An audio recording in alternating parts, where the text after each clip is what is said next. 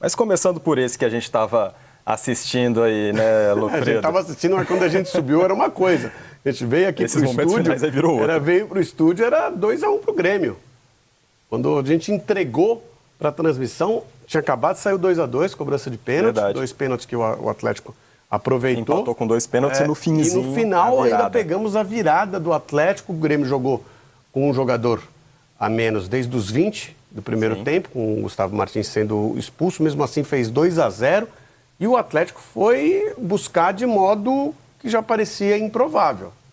Num dia simbólico para o Grêmio, né? A volta do Grêmio para a Arena depois de 4 meses do estádio fechado por conta das enchentes no Rio Grande do Sul. Até por isso esse jogo foi às 11 horas da manhã, né? Porque o sistema elétrico da Arena do Grêmio ainda não está restabelecido, alguns serviços ali necessitando de geradores. Parecia uma excelente volta para casa, né? O time que abre 2-0 e toma essa virada do Galo com esse gol no finalzinho do jogo. Aí a gente vê o Grêmio sair vaiado, né, do seu estádio no retorno. 2-0, como a gente viu, o primeiro gol do Bright White. Eu não sei falar. Bright White, vamos aportuguesar esse negócio. Outro dia eu vi ele falando, mas eu nunca vou conseguir repetir. E como ele falou que pode falar do jeito que for mais adequado para ele é dinamarquês, né? Não saberemos falar dinamarquês. Fala bem o português, hein? Fala. E aí o Cristaldo fazendo o segundo gol do Grêmio, com 1 a menos, de maneira surpreendente. O Renato não tinha feito nenhuma alteração para suprir a ausência do Gustavo Martins. E o Grêmio conseguiu buscar os 2-0. E aí vem o empate na segunda etapa. A virada, na verdade. Mas o empate com 2 gols de pênalti. Com o Gustavo Scarpa batendo 2 pênaltis. O segundo pênalti a gente já estava aqui prontinho. Já estava aqui prontinho para assumir o comando do Nils. E o Gustavo Scarpa fez o 2-2, né? Depois do 2-1. E aí... Aí teve o gol do Palácios e do Vargas no final.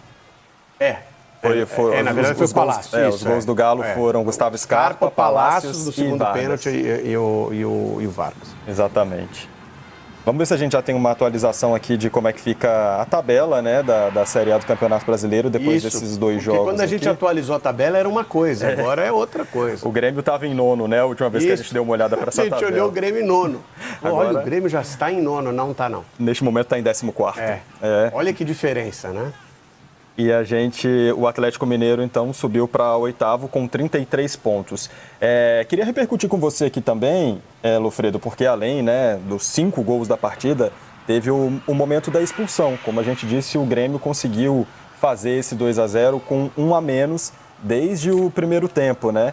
E foi uma expulsão que gerou bastante reclamação ali pelo lado do Grêmio. Queria te ouvir sobre isso. Mas eu fiquei depois de ver o lance algumas vezes, Gustavo Martins. Eu fiquei com a impressão de que a expulsão tá dentro do...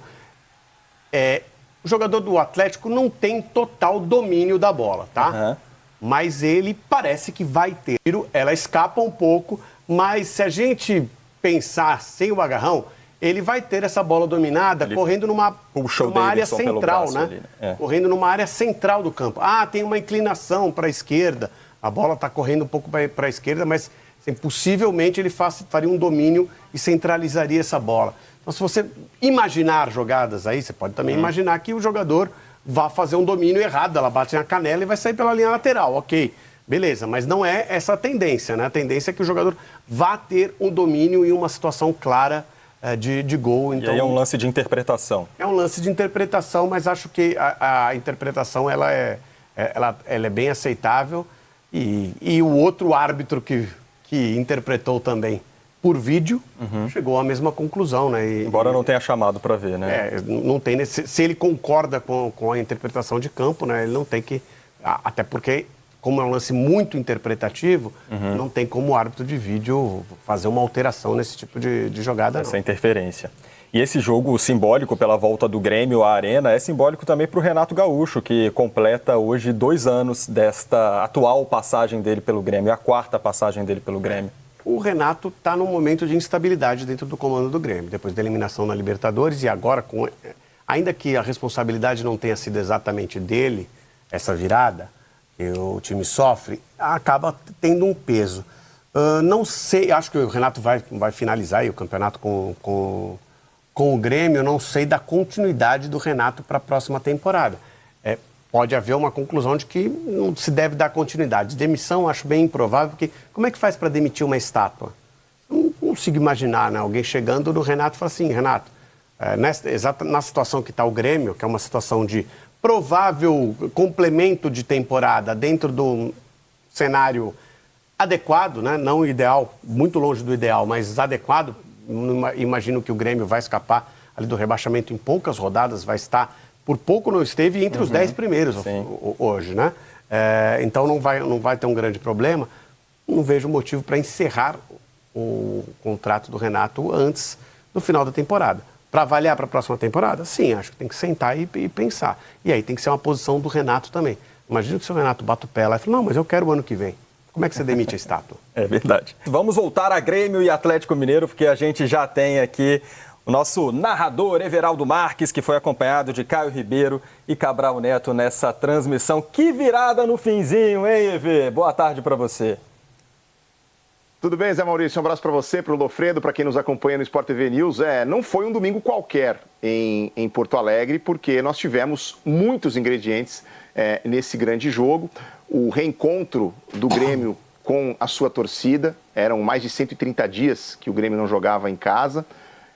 Abrir 2-0, Caio Ribeiro, depois de ter um jogador expulso antes da metade do primeiro tempo e com um homem a menos fazer esses 2 gols. E depois o Atlético, aos trancos e barrancos, talvez longe de jogar o futebol mais bonito da história do mundo, mas o Atlético foi buscar a virada e conquistou uma vitória importantíssima para um time que não vencia há 4 rodadas no Brasileirão. Seja bem-vindo. Obrigado, um abraço aos amigos lá no estúdio e um Atlético que precisava pontuar, né?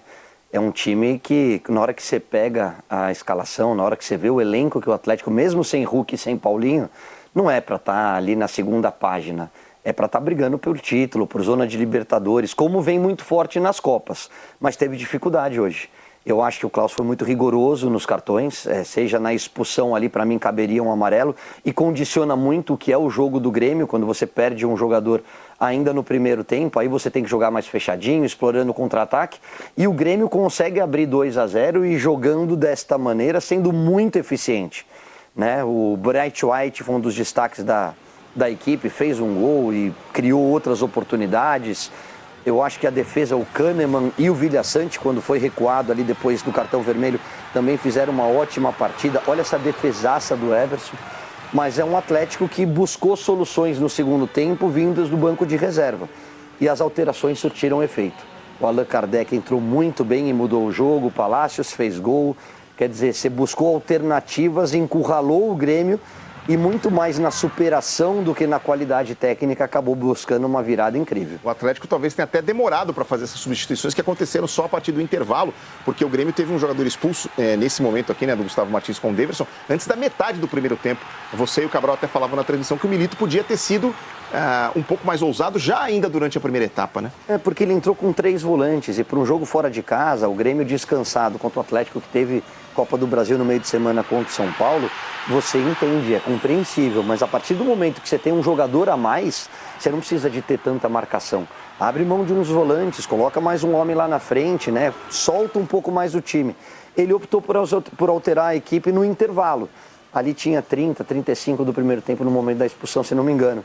Mas no final acabou sendo positivo o saldo, já que um pouco mais tarde do que a gente imaginava, mas o Galo busca o resultado. Aqui no momento que o Cristaldo faz 2-0, numa jogada do Soteldo, que fez uma outra boa partida.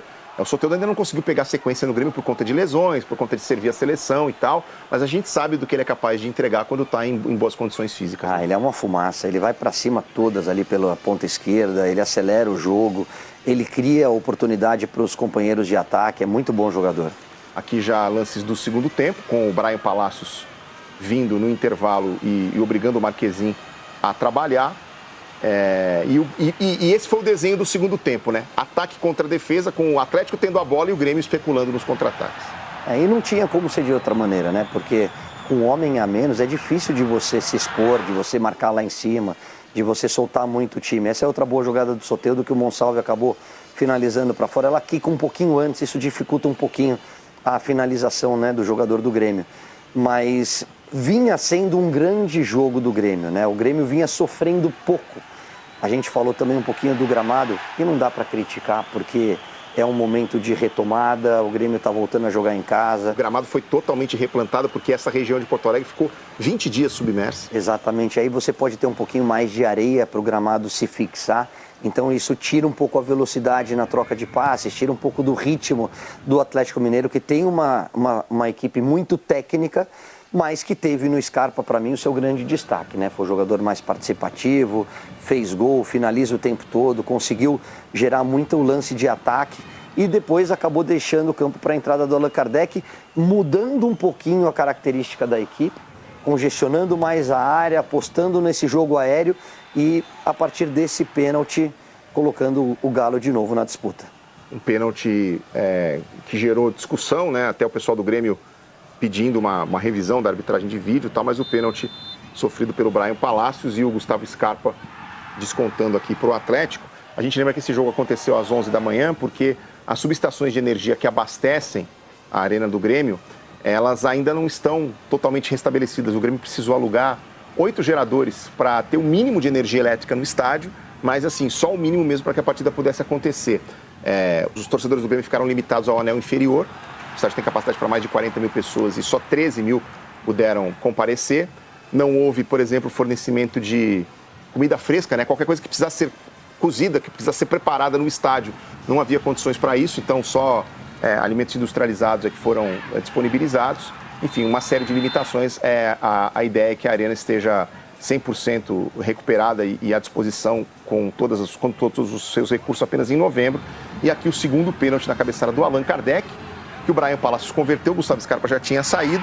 E quando parecia que a gente caminhava para um 2-2, ali no último respiro, o Vargas acabou fazendo o gol da vitória do Atlético. E a gente destaca a entrada do Allan Kardec, porque ele participa, né, do lance do pênalti, ele que faz o cabeceio na mão do João Pedro, e ele que também dá o calcanhar nesse início do gol da vitória para a finalização do Arana, que o Vargas acompanhou muito bem a jogada e acabou de cabeça decretando a vitória para a equipe mineira. Então é isso, Zé, Lofredo, amigos do Sport TV News.